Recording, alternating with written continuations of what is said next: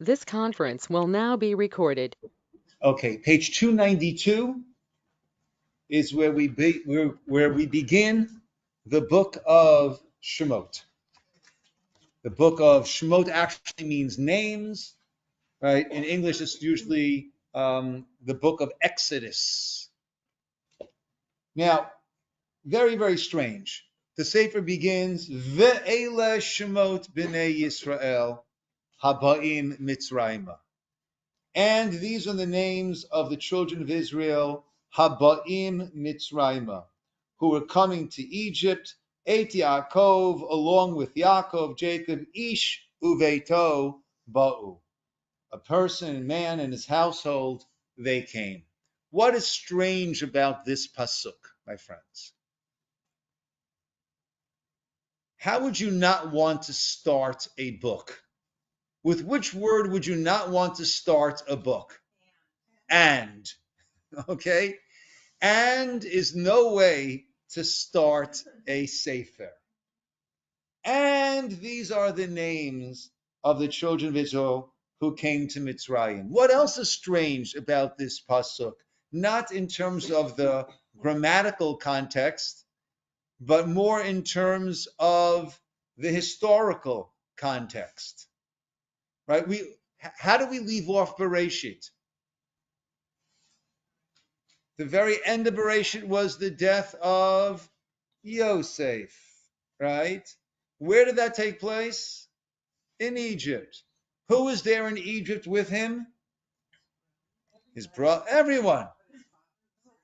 His father had died already, right? So the coming down to Egypt, that happened a while back, right? That happened in Parshat, not even Vayechi, Parshat Vayigash, right? 2 parshas ago, the second to last parsha in Bereshit, already they all came down to Egypt.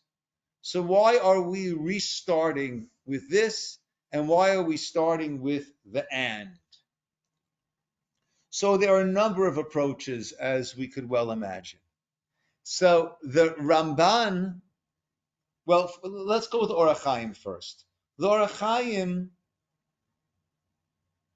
says, Ve'ela, and these are the names of those who came down to Mitzrayim. Remember, I think last week or 2 weeks ago, Cheryl, I think you asked, why, once the famine ended, why didn't they get out of Egypt? Go back home, go back to Canaan. Right? And what did we explain?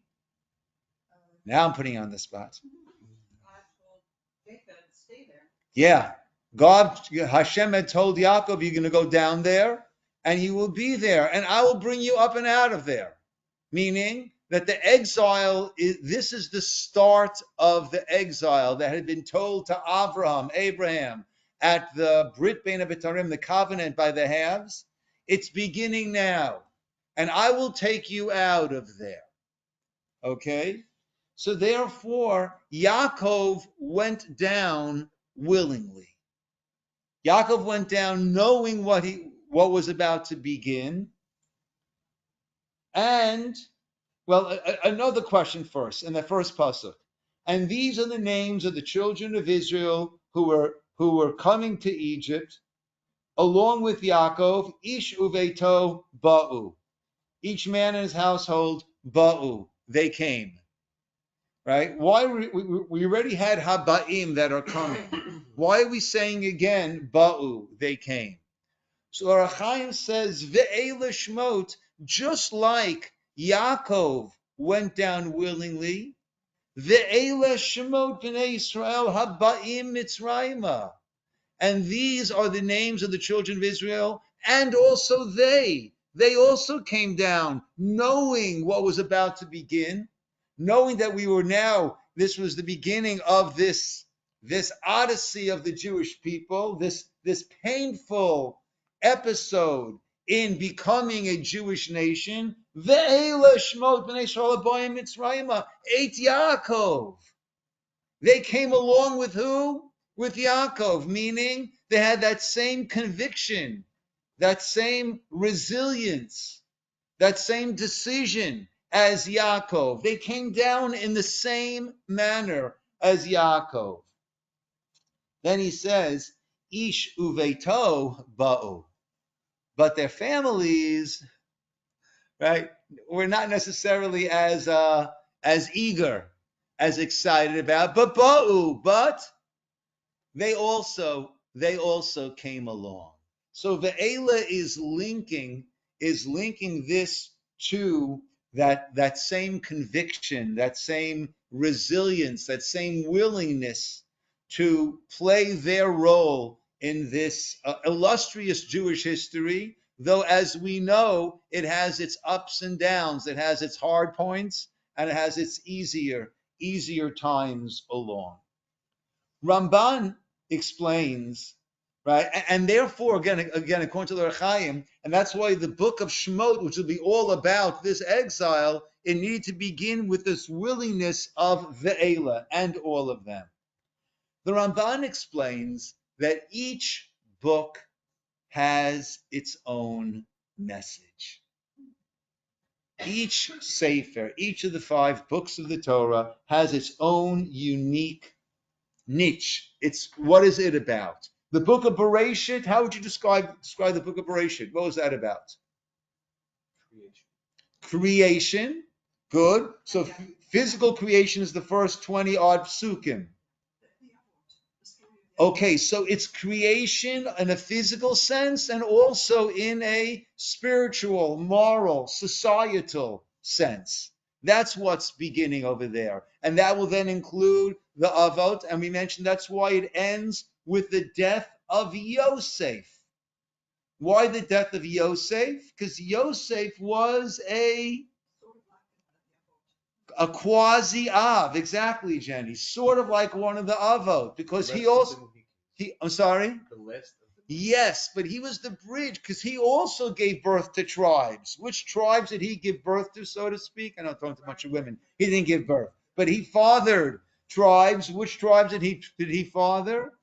Ephraim and Manasseh were like Reuven and Shimon. So that is the book of beginnings, of laying the foundations, whether it's the physical foundations, whether it's the moral, societal foundations. This is the book of exile and redemption. And therefore, if this is the book of exile and redemption, so the Torah is not simply chronological. Well, we left off with Joseph's death. Now, where do we pick up? Oh, after Joseph died, we don't pick up like that. This is the book of exile and redemption. We have to begin with the very, very beginning of exile. When did that begin? Ve'ela Shmot, B'nai Yisroel Abay Mitzrayim. And these are the names of the children of Israel who are coming down to Egypt, the very start of the exile. Yes, Esther.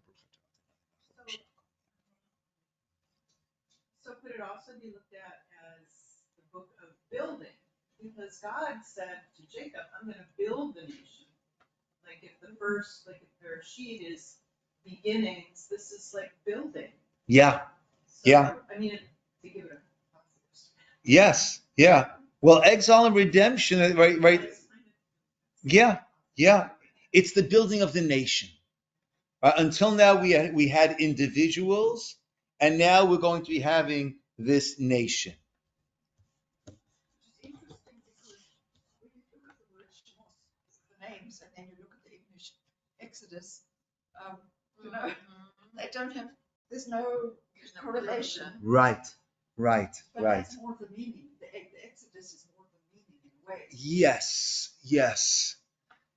So this is a point that we've touched upon before, right? So Exodus sounds like a better name than Shemot. Shemot, names, right? But actually, there is a deeper understanding in Shemot, right? And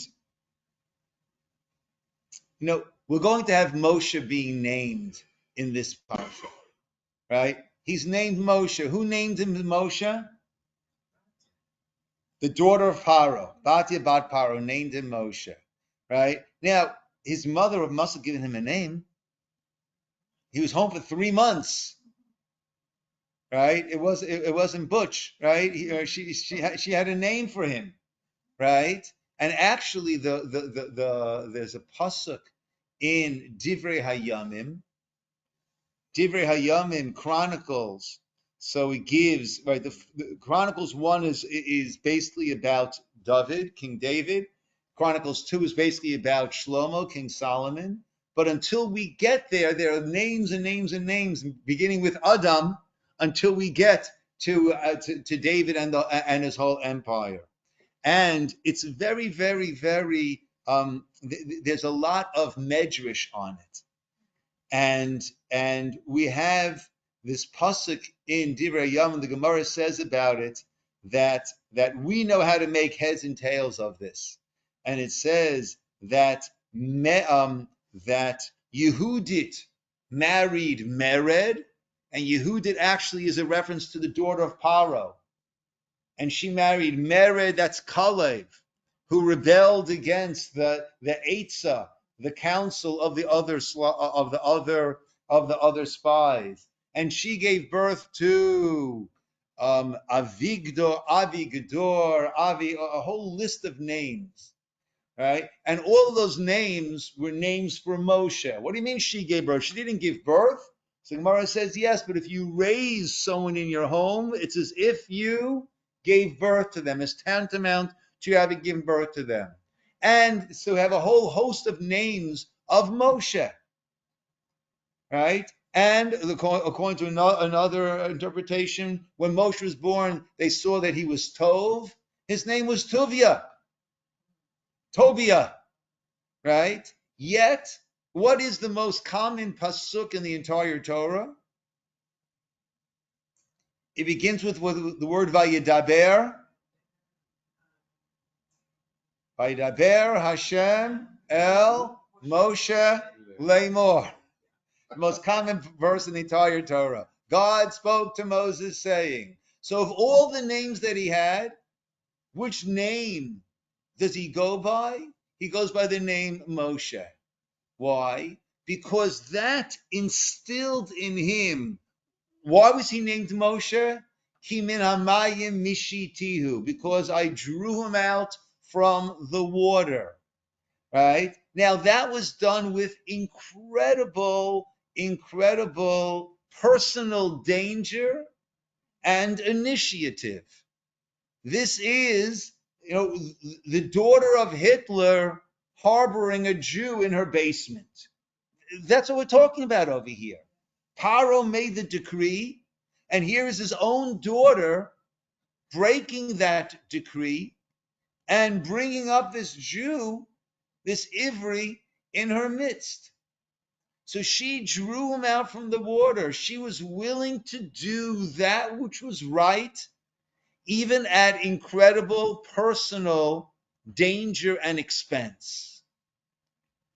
And that became the very essence of Moshe, as we'll soon see in our Parsha, if we get there, right? That became the very essence of Moshe. So a name is the essence of who and what a person is. And we had in Bereshit, the Orach Chaim, a little more Kabbalistically, that the name that we're given is the name of our Shoresh HaNeshama, of the root of our soul. And our life is meant to be this lifelong odyssey of becoming that. So in fact, and let's go a step back. Why are we born? Why does God send us to this world? If we were in the spiritual realm together with God, why are we born? Why do we come to this world? Tikkun, meaning what, Aaron? To improve what we were lacking that prevents us from staying there eternally. Good. To improve that which we were lacking, or to bring ourselves up to a different level. Because there, in that spiritual realm, there is no real free choice. We're angel-like in that respect, that there's absolute clarity that we have, so we're not making any choices. We come down to this world in order to be able to make choices, hopefully we're making good choices. And as a result of that, we elevate ourselves, we become more godly. And when we return to that realm, we're at a whole different level. So to a certain degree, yes, Judy. If you die at like 6 months old, you haven't made very many choices. Okay, good. So the question then, as Judy is asking, we have children dying, we have stillborn children, right? We have children dying, and when they're a few months old, right? So how do we understand that, right? So our understanding of that is that there is an idea called Gilgul, right, where a person reincarnation, a person needs to come back to this world for whatever purpose it needs to do. Maybe it just needs to spend some more time in this world, whatever it might be. There's a tshuva. I have to look this up to see myself. I haven't seen it in a long time. A teshuva was posed to Rav Moshe Feinstein about a family. Now, birth control is something that is often a halachic question, right? A family is supposed to have at least a boy and a girl, right? So there are halachic questions that are posed when it comes to birth control. So there was a family that kept miscarrying, and it was taking its understandable emotional toll on this couple. And they reached the point that they can't keep doing this. The hope and the excitement, and then the disappointment, along with all the physical toll that it takes on the wife, on the mother's body.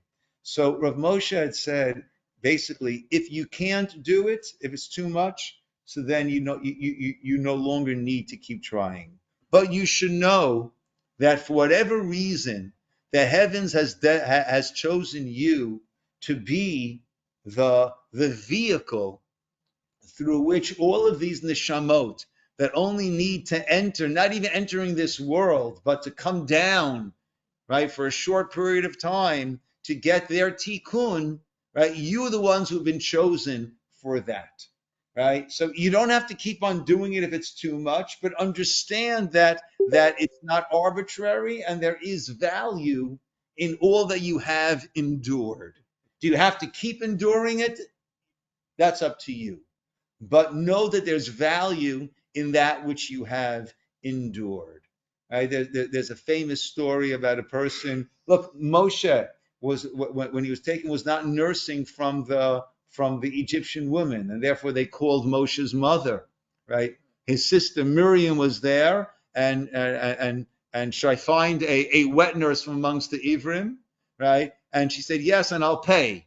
Right, which is in and of itself incredible. So here's the mother afraid about the life of her child, putting him into a basket, putting him into the river, and then in the end, it's the daughter, it's Paro's house that's paying the mother to nurse her own child.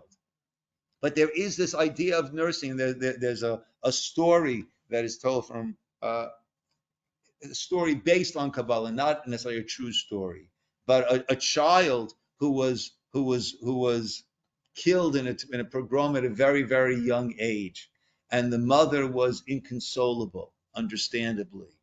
And then her late husband came to her in a dream and explained to her that this was a neshama who was a high neshama, but had been nursed, had been taken in by non-Jews until he was returned to a Jewish family, had been nursed by a non-Jewish woman, who of course will receive tremendous reward for all that, right? But in order to reach this highest level of Gan Eden, he needed to come back to this world and nurse from a Jewish mother for that period of time.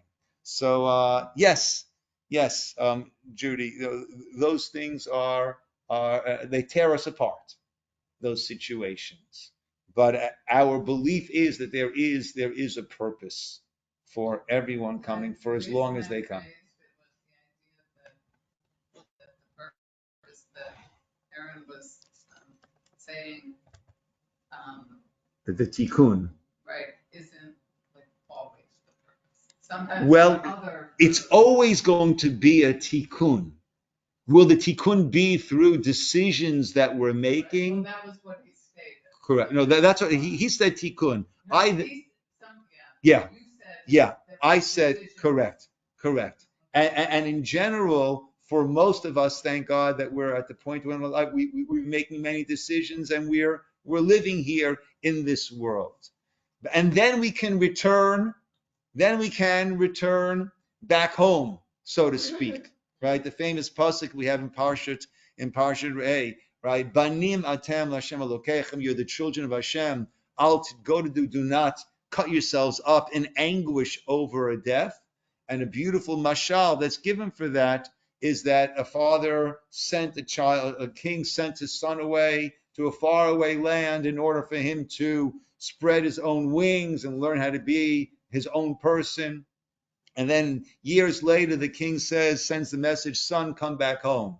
So people escort him to the port to say goodbye, and people are sad, people are crying, they've gotten very close with that person, but no one is cutting themselves up in anguish because they understand that the child is returning back to the father, to the parent. And therefore, we're sad, we're tremendously sad when we lose someone, but that it's not this anguish of eternity that we start gouging ourselves as the nations of the world would do, because we understand the child is returning back to the parent. Banim atem, you are the children of Hashem, your God. In which case, so again, a name is who we are at the highest point. And what is the mission of life? To try to get us to that point. So life is really exile and redemption. Life is our being sent in exile away from our spiritual realm where we began into this world of where it's cold, where it's difficult, where there are challenges along the way. And then it's an opportunity for us to gain from that experience and then return to reach the point of who we are meant to be and then to come back home. So a name actually contains within that the very fact that our name is our root of our neshama, and therefore we are sent out in order to come back. A name also contains this idea of exile and redemption. So the book being called Shmot is not, well, there are a lot of names here, so let's call it Shmot, right? There's a little more to it. There's a little more to it than that. Okay, let's go back over here. Vayihi, and it was called Nefesh Yosiyakov Shivim Nefesh, right? Pasuk 5. And all the souls that came up from Jacob were 70 souls. The Yosef Ayav Mitzrayim. And Joseph was in Egypt. What's strange about that pasuk? Let's repeat. We already knew that. We certainly know Joseph's been in Mitzrayim. If that's a surprise to anyone, then you've been missing many, many, many Torah readings, Parsha classes, you name it, right? This is not the time to tell me that Joseph was in Mitzrayim. Very, very strange over here. Rashi explains, like he was, what does it come to teach me? Do we not know, right? To let us know the righteousness of Joseph, right? He was the same Joseph who had shepherded the flock of his father, and he was the Joseph now in Egypt, second command to the king, and he remained righteous. The Rachaim takes that just a step further and was saying Shivim Nafesh, 70 souls, meaning they were all on that same level. Even though Yosef Hayav Mitzrayim, right? I understand all of them had been brought up in the house of Yaakov, and Yitzchak was there also for much of their lives, right? So that was an incredible environment. But it's Shivim Nafesh, right? Nafesh, right? We don't say Nefashot, We don't say 70 souls. We say 70 soul, nefesh, in the singular, meaning they were all that one cohesive unit in terms of their tzidkut, in terms of their righteousness, in terms of their togetherness, in terms of their brotherhood, in terms of all that. They were all one unit, even though Yosef was a Mitzrayim. Right? You would figure he's got to be a little bit less than them, but it's letting us know, no. And even though Yosef hayab Mitzrayim, nevertheless, it was shivim nafesh, of all this equal stature. Vayamat Yosef, and Yosef died. V'chol Echav, and all his brothers, and that whole generation died. Ubnei Yisroel paru v'yishritzu v'yirbu v'yatzmu b'm'od ma'od. We were exploding when it came to our population. And these are the 4 steps that enabled this enslavement. As long as Yosef was alive, the Or HaChaim says, the Jews were considered to be equal to or higher than the Egyptians. And then Chol Echav, and then Joseph died. Now they're like around the same, the Egyptians, maybe a little bit, right, about the same. Then the brothers died, and now in society they're getting demoted further, right? But not enough that they would become enslaved. V'chol hadorahu, that whole generation. And then we are multiplying. And therefore, v'yakam melech hadash ha-Mitzrayim shelo yadat Yosef. There arose a new king over Egypt who did not know Yosef.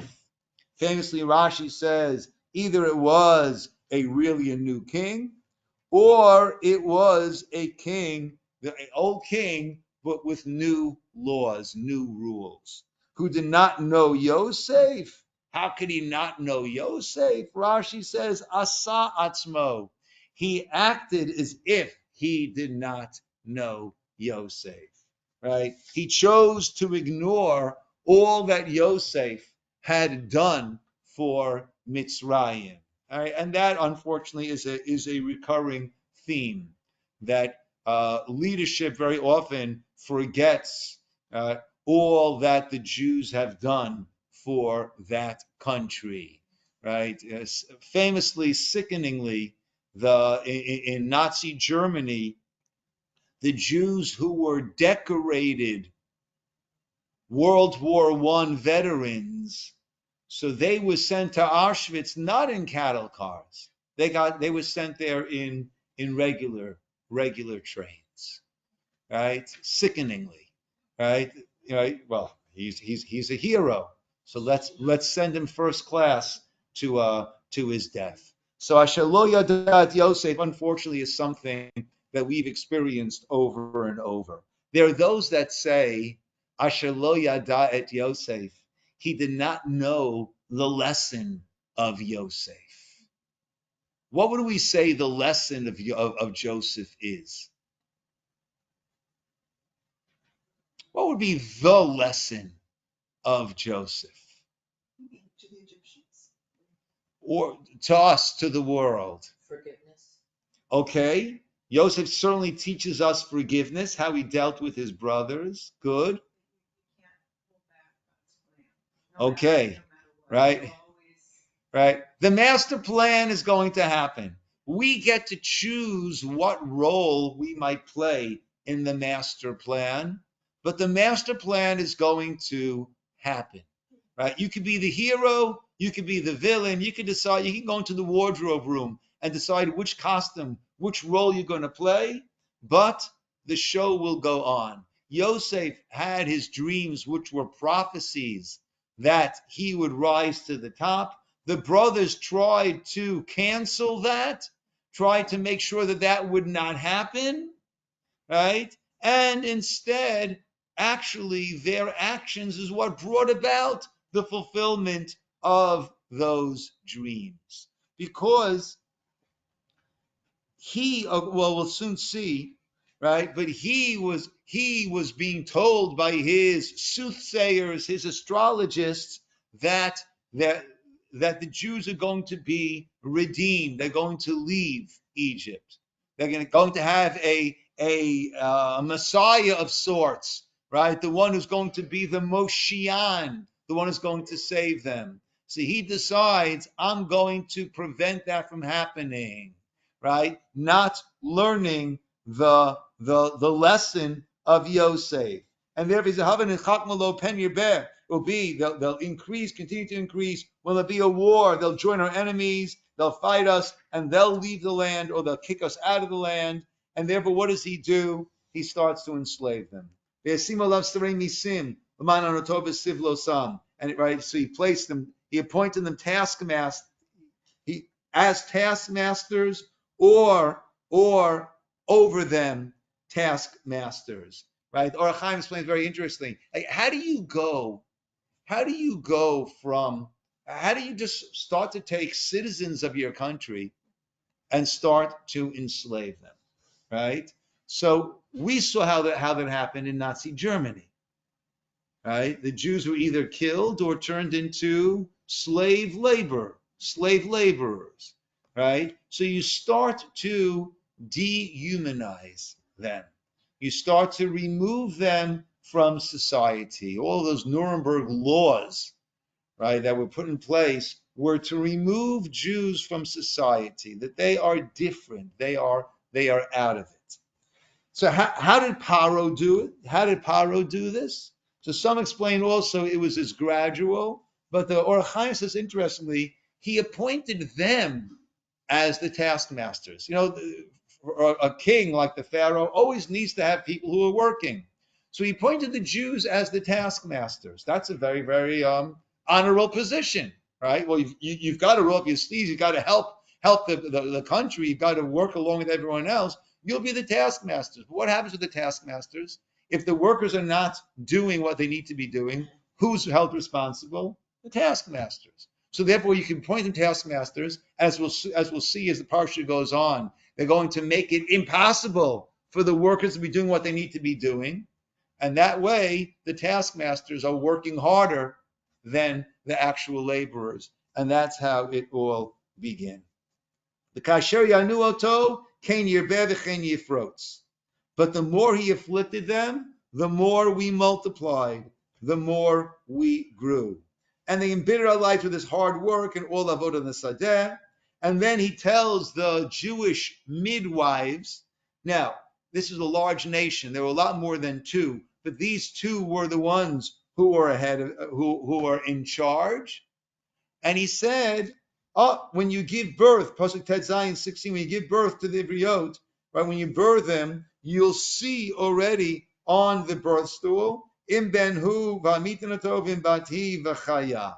In other words, the idea here was he gave them a way of determining before the child was born, right? As you're in the process of birth, you can determine already if it's a boy or if it's a girl. And what should you do? Surreptitiously, you will, if it's a boy, you'll do something inside there that when he comes out, he will be in dire shape, if not dead already. And that way, it will not appear as if you are killing them, right? If you're killing them, then chances are not too many are going to use those midwives.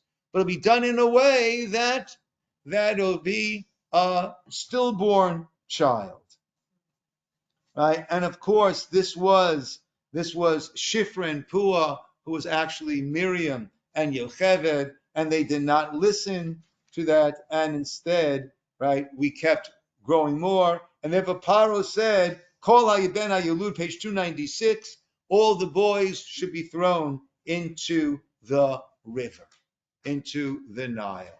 So what is Paro trying to do?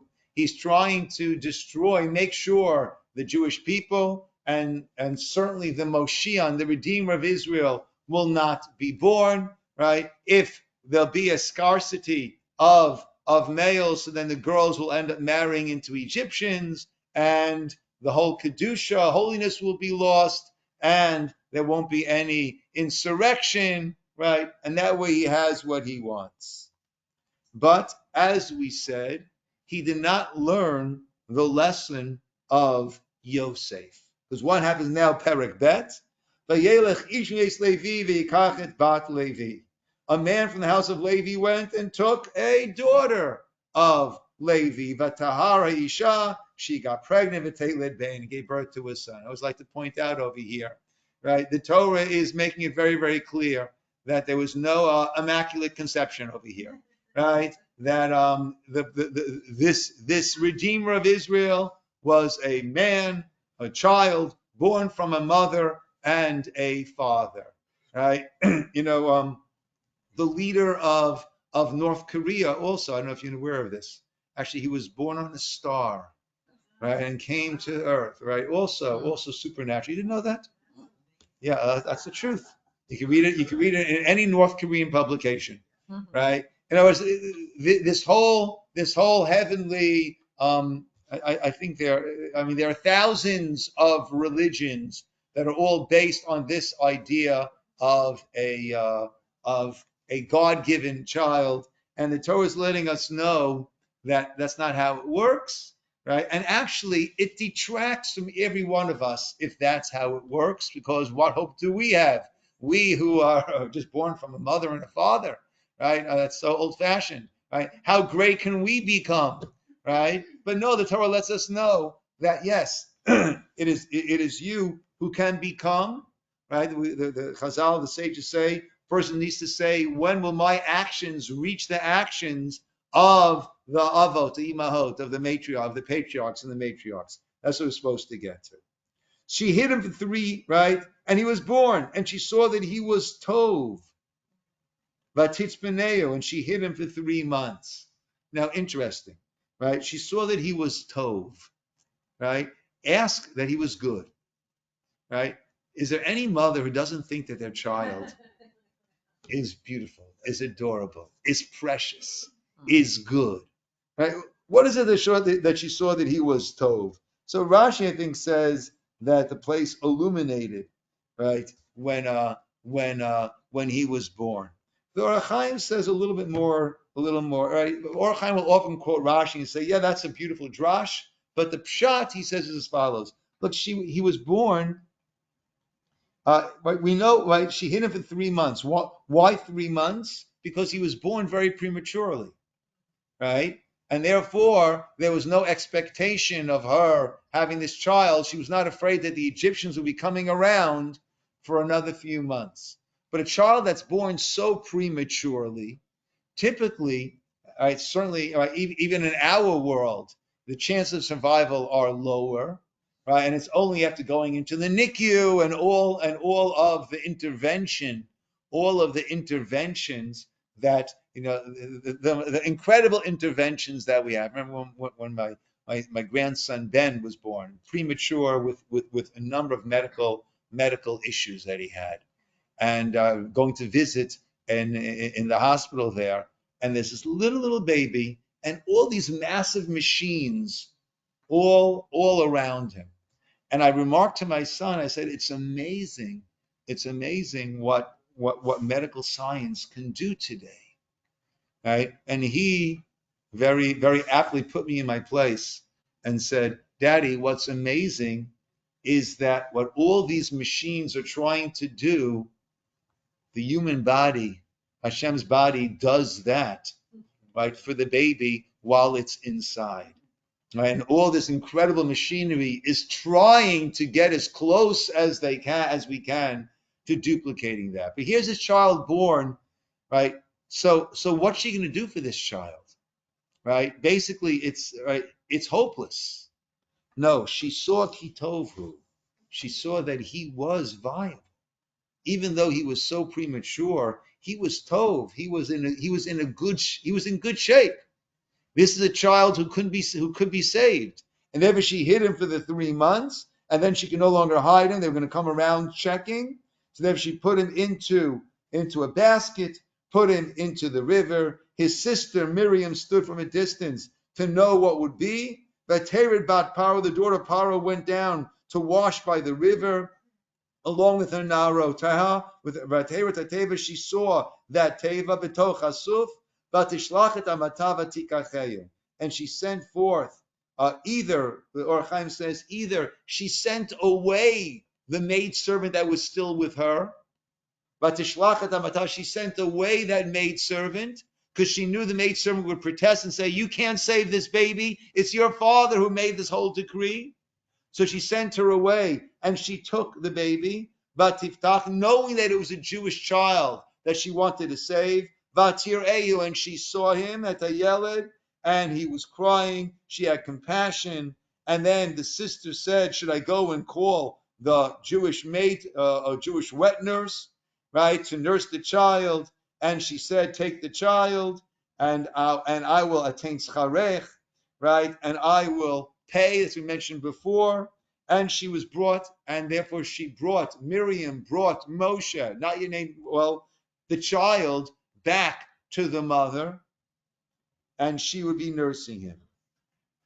Vayigdal hayeled, and the child grew up. Vatviyeu lebat Paro. Once he was weaned, he was brought back to the daughter of Paro, and she was to him as a son.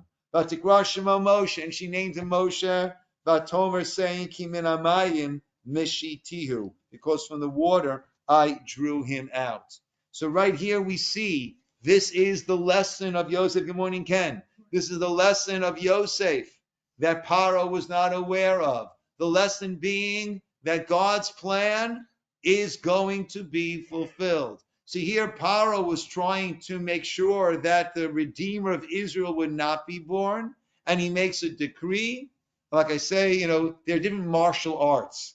So judo, as one of them, what it does is it uses your momentum against you. Oh, you're throwing a punch? Oh, you're off balance? Thank you very much. Let me grab your arm, and let's just continue that motion until you are nose down on the floor. It takes your momentum and uses it for your for the opponent's purpose. So, you want to do that the boys need to be thrown into the river? Fair enough. That's how you want to do it. That's what we'll do. And guess what? Your daughter will rescue him, bring him into your palace. So your decree is going to lead to you feeding, clothing, housing, educating this Redeemer of Israel as to how to be a leader of the nation. So that was the lo yada et Yosef, that he had not learned the lesson of Yosef. God's plan is going to be fulfilled. We can only aspire to play a positive role in that master plan. That's all we can do. 298, Pasuk Yud Aleph, verse 11. And it was in those days, and Moshe grew up, Vayetzei el Echav. He went out to his brothers. Vayar b'sivlotam, and he saw their burdens. Vayar, and he saw Ish Mitzri. He saw an Egyptian man. Makeh, beating almost to death. Ish Ivri, an Ivri man. Me Echav, once again from his brothers. Overriding theme over here is Moshe felt the pain of his brothers. He was aware that he was an Ivri, a Jewish child, but it's very easy to be in the palace and to disconnect, detach oneself from where everyone else is, right? Unfortunately, we've had that amongst ourselves. Well, famously back in Megillat Esther, Mordechai says to Esther, don't think that you will be able to save yourself here in the palace from the plight that's coming upon the Jewish people. But we've had those who have said, oh, that's those Jews, but I'm connected, I'm not like them, to try to detach themselves. Moshe had all the ability to detach himself from them, but he did not. Vayifen ko v'ko, vayar ki ein ish. He looked this way and that way. Simple meaning, vayar, and he saw ki ein ish, that there was no one who would be watching him. Rashi brings the medrash, there was no good who would come from this person. Vayachet ha-Mitzri, and he smote, killed that Mitzri. Vayitmeneyu, and then he hid him b'chol, buried him in the sand, hid him in the chol. He went out the second day. You think after that first day he said, all right, let me just stay home and relax in the palace. Vayetze b'yom hasheni. V'hinei, and behold, shnei anashim ivrim nitzim. There were two Hebrew men who were fighting. Vayomer l'Rasha lama taker reyecha. Why are you? He said to the Russian, why are you hitting your friend? They said, who appointed you as an ish sar v'shofet aleinu? Who appointed you as an officer, as a judge over us? Are you going to kill me as you killed that Egyptian? Vayira Moshe, Moshe became afraid, and he said, oh, Noda hadavar, the matter is known, and it's only a matter of time till it will reach the Egyptian authorities and to the Pharaoh himself. Now, right, the matter is known. Rashi brings a very, very frightening medrash. Noda davar. Now I understand. I was always wondering, Moshe said to himself, why is it that the Jews are being so persecuted here, enslaved, tortured? But I see if there are slanderers amongst us, those who will speak badly about one another and to the harm of one another to the different authorities, if that's the case, so then now I understand why we're going through what we are going through. What happened then? The matter became known to Paro, and he wanted to kill Moshe. Moshe ran away to the land of Midian. You would think at this point Moshe learned his lesson. Don't stick your nose into other people's problems, right? He walked away with the lesson, no good deed goes unpunished, right? Here I stuck my neck out, and look what happened. I'm out of the palace. I'm a refugee. I'm on the run over here. I'm on the lam. And he goes to a well of water.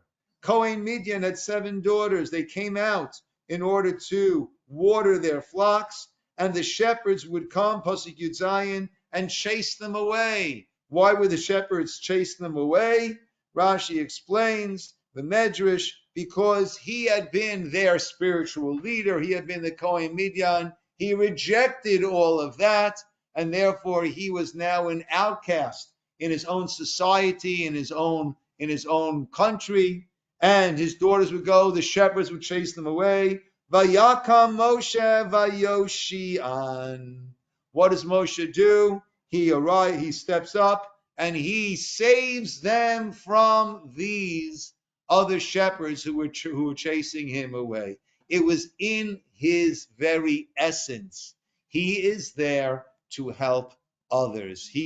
As he was drawn out from the water and named Moshe, and that's the name that Hashem keeps giving him. He was drawn out from the water as an act of tremendous, tremendous self-sacrifice and self-danger in order to help those in need. That became the very essence of Moshe, whether it was on day 1 when he saw this Jew being beaten to death, or day 2 when he went out on day 2 and he tried to stop this fight, and then he has to run for his life, and now he helps these girls. They come back to Reuel, their father. Why are you back so early today?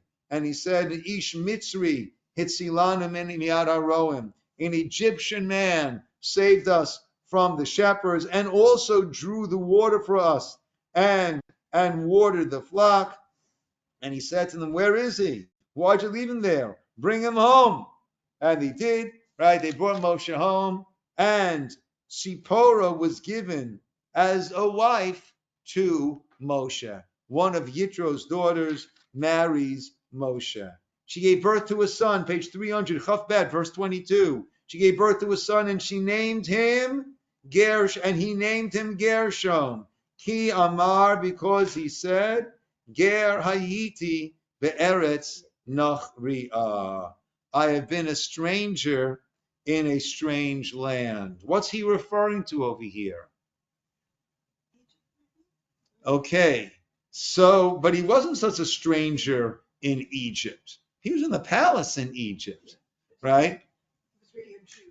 Okay, so on a simple level, Ger Hayiti be'eretz Nachri'ah, it should say, I am a ger, not Hayiti past tense. I am a ger be'eretz Nachri'ah, in this foreign land, right? But he's actually referring to Egypt, or referring to, as we discussed before, when it came to the names, right? In this world, I am a ger hayiti be'eretz nachriya. I am in a foreign land. Or even in Egypt, where he was in the lap of luxury in the palace, he felt he was a ger. Because remember, he went out to see his brothers. He went out to see his brothers. And then what happened in those days? Vayamat Melech Mitzrayim, the king of Egypt, died. Vayanchu b'nei Yisrael min ha'avodah. And b'nei Yisrael, they were crying out. They were groaning because of this hard work, and their cries reached up to Hashem. Vayishma Elokim, God heard their cries. Vayizkar Elokim et brito, God remembered the covenant with Avraham and Yaakov. And Vayeda Elokim, God knew that now was the time for the redemption to start to happen. God remembering, we've mentioned before, God doesn't forget, but this is anthropomorphism, in the same way that God's hand and God's arm and God's ears and God's eyes, right? So too, God remembering. When we remember, we stop doing what we were doing and we switch gears to do something else. So whenever God is going to switch his midah, switch the attribute through which he is interacting with us, then we say vayizkor. That is, that the term that we use for that is remembering. And lastly, Moshe is then shepherding the tzon of his father-in-law, the flock of his father-in-law, and then he comes, vayera, pasuk Bet on page 300, Perek Gimel, chapter 3, verse 2, Malach Hashem appeared to him in alabat eish mitoch hasneh, vayar, and he saw v'hinei, and behold, the sneh bo'er ba'eish, v'asneh einenu ukal, the bush was burning, but was not being consumed. Vayom Moshe, Moshe said, Asura na, let me go over there, and let me see this amazing sight. Madu lo yivar hasneh, why is the bush not being consumed?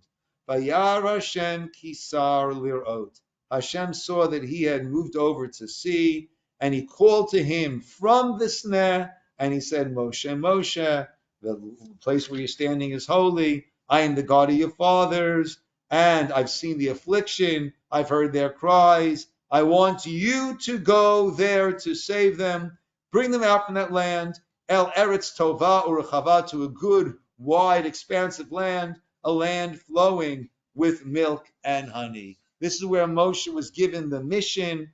But why was he given this mission? Hashem saw ki sar lirot, that he had turned to see.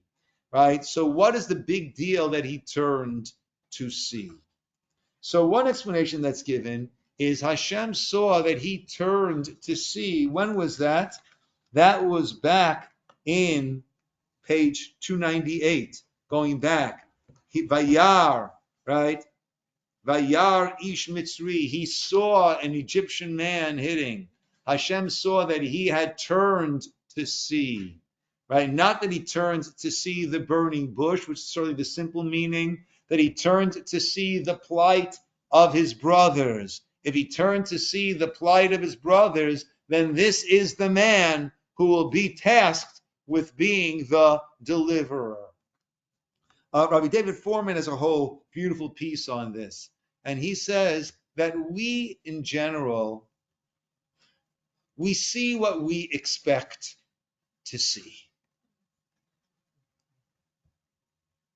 We see what we expect to see.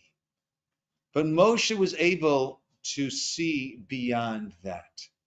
Right? In other words, we look at the world and it's a very, very natural world.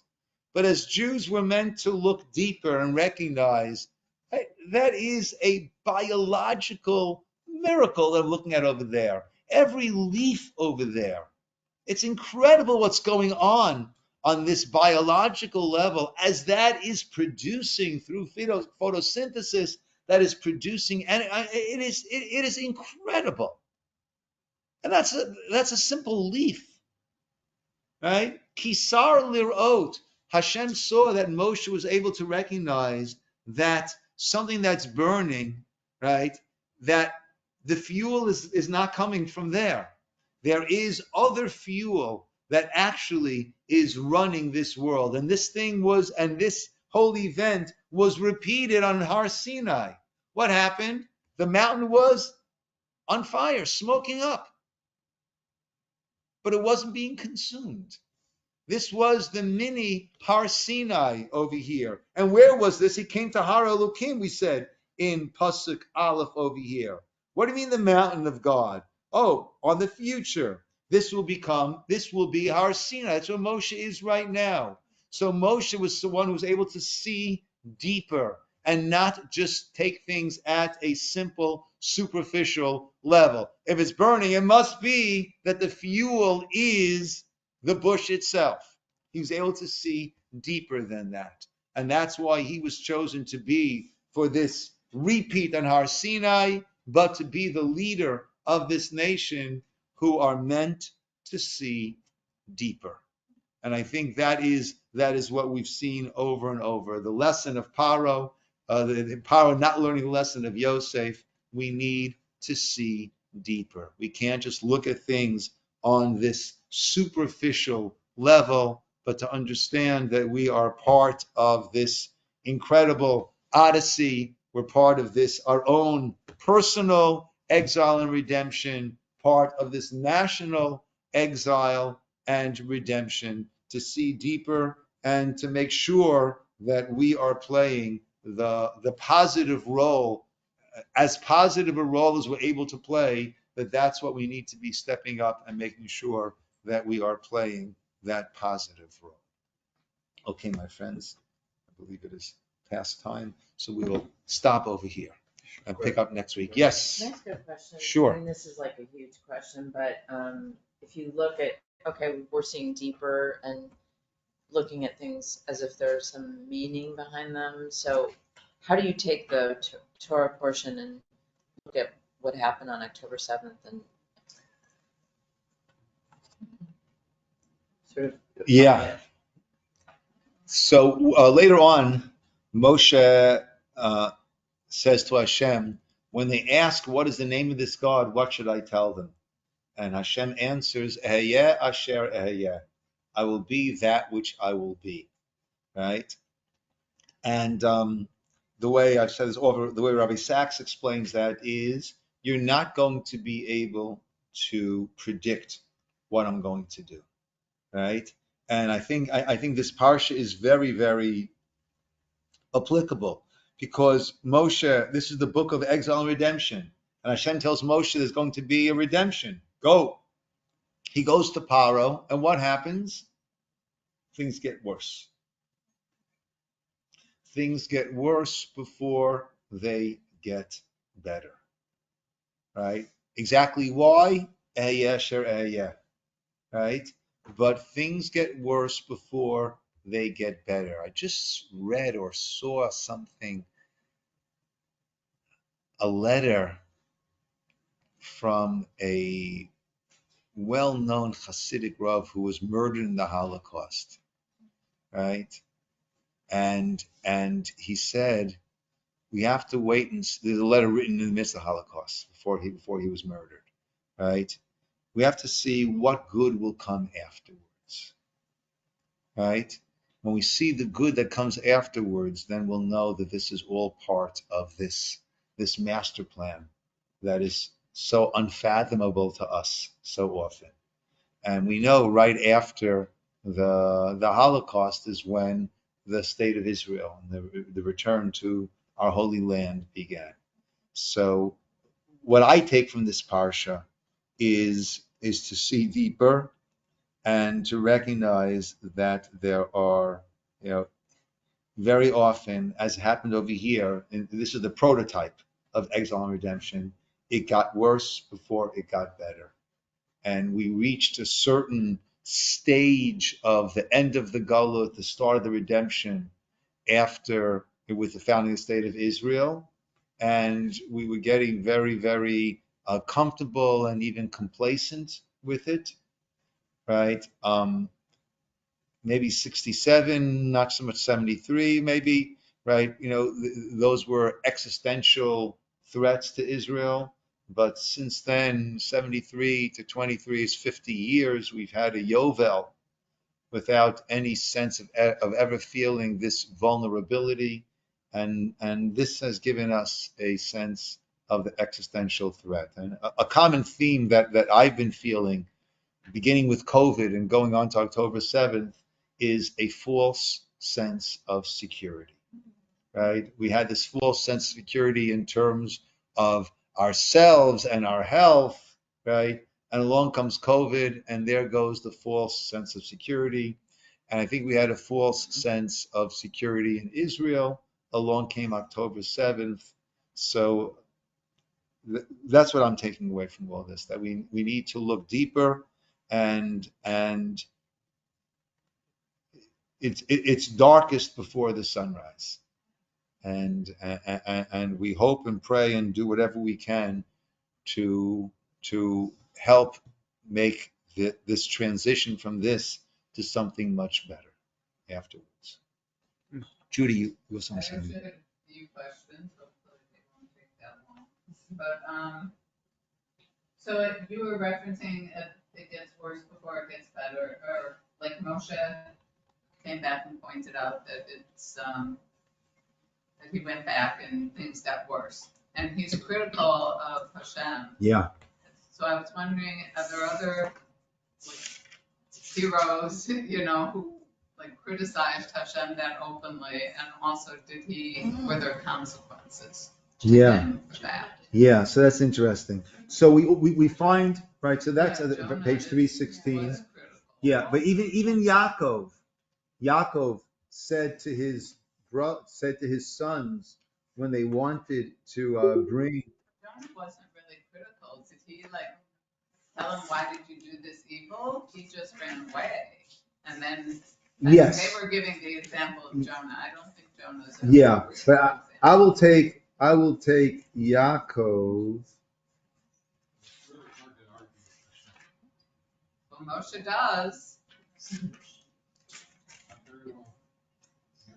But Yom Yisroel lama hareyotem li. Right, he said not to God, but he said to his sons, why have you done this rot to me, to tell the man that you have another brother? Right? Yeah, so Moshe at the end of this parsha says lama hareyotem. Right? If you want to take a look at that, page 316, verse 22, Moshe came back to God and said, Hashem, lama harayota lama zeh. Lama zeh shlachtani, why have you sent me? The time came to power to speak in your name, it's gotten worse, and you haven't saved the people. And now you'll see Asher said leparo. So according to Rashi brings a medrash, now you'll see. Right? Oh, right. Well, it's going to start with a rebuke that Avram, Yitzchak, and Yaakov didn't ask such questions, right? But you're asking such questions. Rashi brings atat here, and now you'll see. Okay, now you'll see. Meaning you'll see the now part of the story, of the Odyssey. You'll see the exodus from Egypt, but you won't see the entrance into the land of Israel. So that is linked back to this already. So that brings me to another question. When he says, when Moshe's arguing with Hashem, and he says, Shlach na Biyad tishlach. So I've read one interpretation is that he foresaw that he wasn't going to lead them into Eretz Yisrael. Yeah. Is there, and actually, so that was kind of before what you just said. Yes. So the simple meaning there is shlach na biyad tishlach, send with the one with whom you normally send, which is my brother Aaron, who was the leader, right? So that's who you normally send with him, and Hashem reassures him, don't worry, Aaron's going to come and he will rejoice that you have been appointed. So you don't have to worry that you are upending him, that you're replacing him. But Rashi there, I think, also brings the shlachna, send with the one with whom you will send, right? Right. So there was this perhaps premonition, right? But it was not because of his. I don't think we attach his not entering Israel because of his original refusing or trying. Yeah. I'm I'm just saying that he foresaw it. There was a certain foreshadowing at that point already. Yeah. Yeah. And so then But Judy, just one other thing. I get a lot of chizuk from Moshe asking this question. Right? If Moshe can ask it, right? So then when we feel it, okay, Moshe believed in God. There was no question of him not believing in God. Moshe believed in God like no one else believed in God, right? But yet he has his questions. So it's okay for us to be God believing people and have our questions. Yeah. In the spot where it says, where it says, Elokei Abraham, Elokei Yitzchak, Elokei Yaakov. We say that in our prayers frequently. Where are you seeing that? Pasuk Vav. What page are you on? 302. Where Hashem is saying to Moshe, I am, Elokei Abraham, Elokei Yitzchak, Elokei Okay, Yaakov. yeah. So I'm just wondering if that's the first time, or maybe the only time, where we actually see that phrase Oh, that's interesting. in the Torah. So I was wondering if there's kind of that connection between that and it being in our Shmot Esrei, and it should kind of recall to you this That's interesting. or something. I don't think we've had before that exact construct, right? Yeah. I don't think we've had that before. Yeah, that's an interesting point. That it seems to be that we lifted it from here, or not we, the Anshe Knesset Gedola, right? Lifted it from here. That's what it would seem. That's yeah. And then my last point about words, because I'm very into words. So why did we translate teva here as a basket instead of an ark? Oh, I was thinking that too. Isn't it because it was saved? It saved Noah and it also saved Moshe. Yeah, that's interesting. Yeah. So we do have the parallel, right, of teva. What does the word teva actually mean?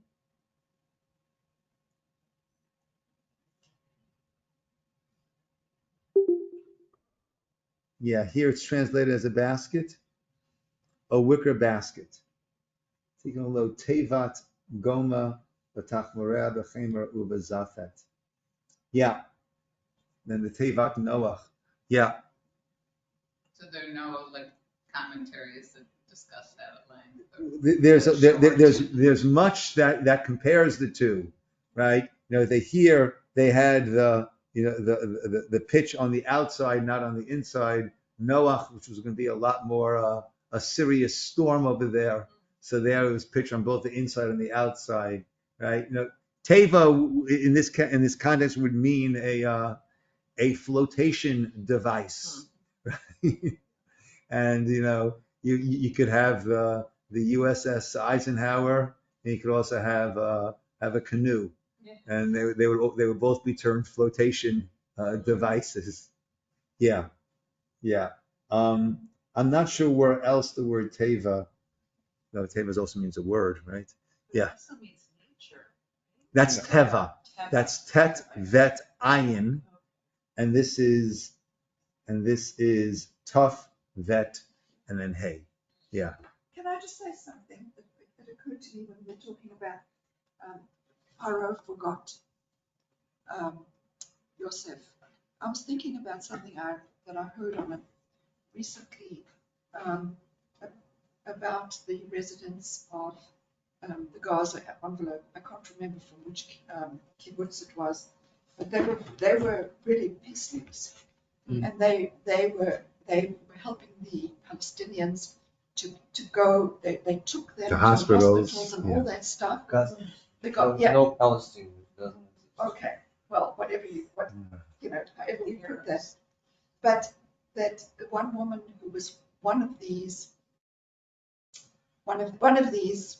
volunteers who used to do this, she said, "I just don't understand." She said that we knew them, you know. And she said, all my life I spent building these bridges, and now I can only say one thing: they hate us. Yeah. And she was so surprised because she had personal relationships with people, and she couldn't. And I was thinking about that. That is often how that happens. You know, just like the Pharaoh.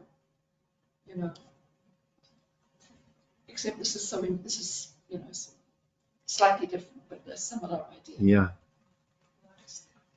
Yeah. Yeah. Yeah. Yeah. You know. Yeah. Yeah. I don't. Yeah. Situation. Rabbi, can I ask you something a little off topic, but just, I don't know if you want to record it or not, but you know, there's that other city council meeting coming up and. Yeah. On the 9th.